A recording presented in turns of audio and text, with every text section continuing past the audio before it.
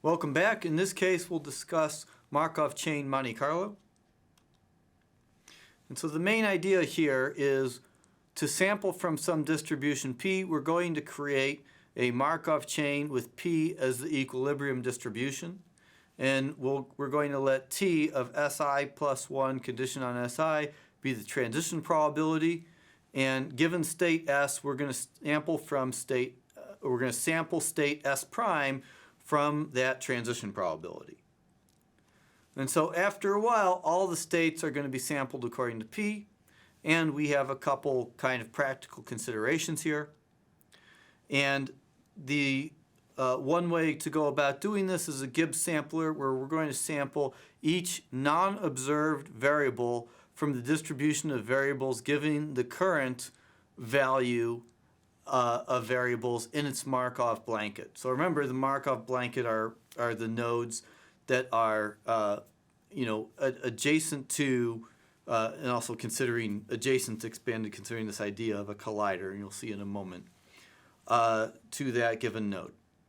Okay, so let's say first we sample S1, and we're looking here to compute probability of TA given SM and RE observed as evidence. So we have sample S1, we have TA is true, FI and AL are false, and LE is true. And so then we say, okay, we're going to sample LE, and we're going to sample it given what's in this Markov blanket. So the Markov blanket of LE, we got random variables AL and RE. And we see from the first sample that AL is false, okay, which is why we have not AL. And RE is true because that's in the evidence. And so here is our new sample generated according to that.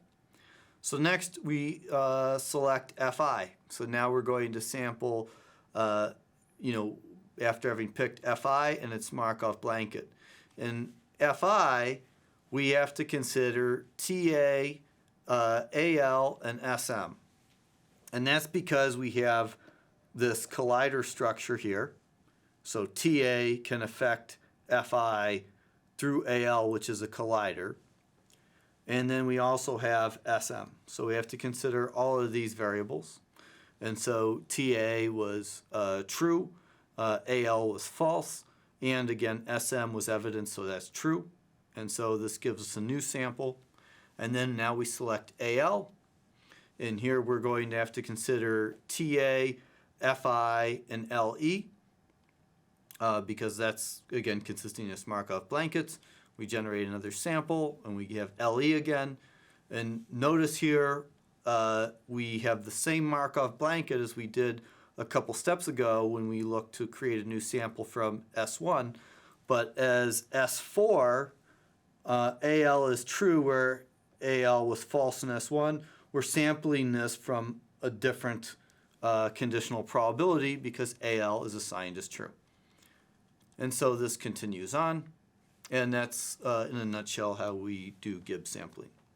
So thanks again for tuning into this lecture on Markov chain Monte Carlo. Please stay tuned for more content.